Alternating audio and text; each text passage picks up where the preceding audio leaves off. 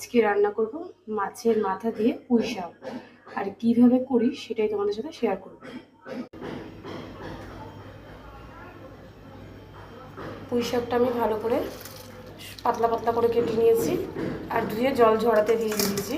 একটু ছোটো করে কাটার কারণটা হচ্ছে খুব তাড়াতাড়ি মজে যাবে।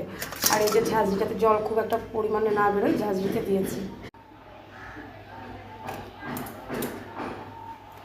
আর এখানে আছে সব রকম সবজি যেটা পুঁই শাকে দেওয়া যায়।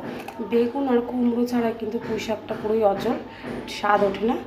আর আছে পটল আর দুটো আলু, ঠিক আছে। আর মশলা কি সেটা দেখো।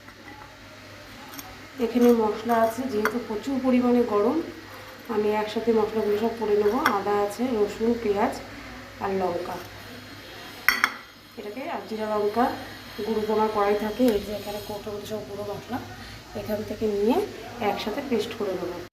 দুপাশে দুটো কড়াই বসিয়ে দিয়েছি। একটাতে হবে সব সবজি ভাজা, একবারে সোমবার দিয়ে বসাবো। আর এটার মধ্যে হবে মাছের মাথাটা ভাজা, খুব তাড়াতাড়ি হয়ে যাবে। যেই সবজিগুলো একটু শক্ত শক্ত সেগুলোকে আগে ঢেকে ভেজে নেব। তারপরে বেগুন আর পটল ডাঁটাগুলো একসাথে দিয়ে দেবো, একটু মজে যাক। তারপরে মাছের মাথাটাকে এইভাবে লাল লাল করে ভেজে নেব। ঠিক এই সময় আমি দিয়ে দেবো পেস্ট করে রাখা জিরা লঙ্কা ধনে আর হচ্ছে রসুন পেঁয়াজ আদা, ঠিক আছে, এই পেস্টটা।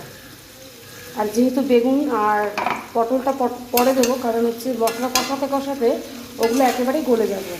যেহেতু এগুলো একটু শক্ত শক্ত শক্ত সবজি, এগুলোকে ভালো করে ঢেকে পরে আবার ফিরে আসছি।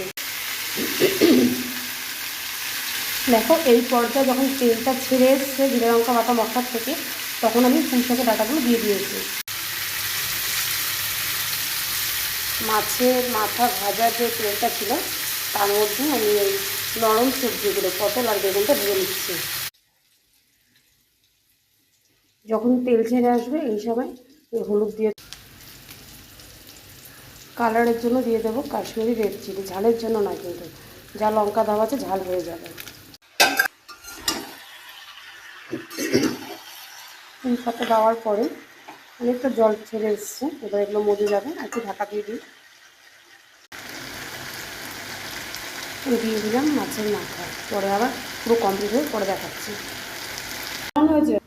খুব টেস্ট হয়েছে, পুরো অনুষ্ঠান বাড়ির মতো। কেমন হয়েছে?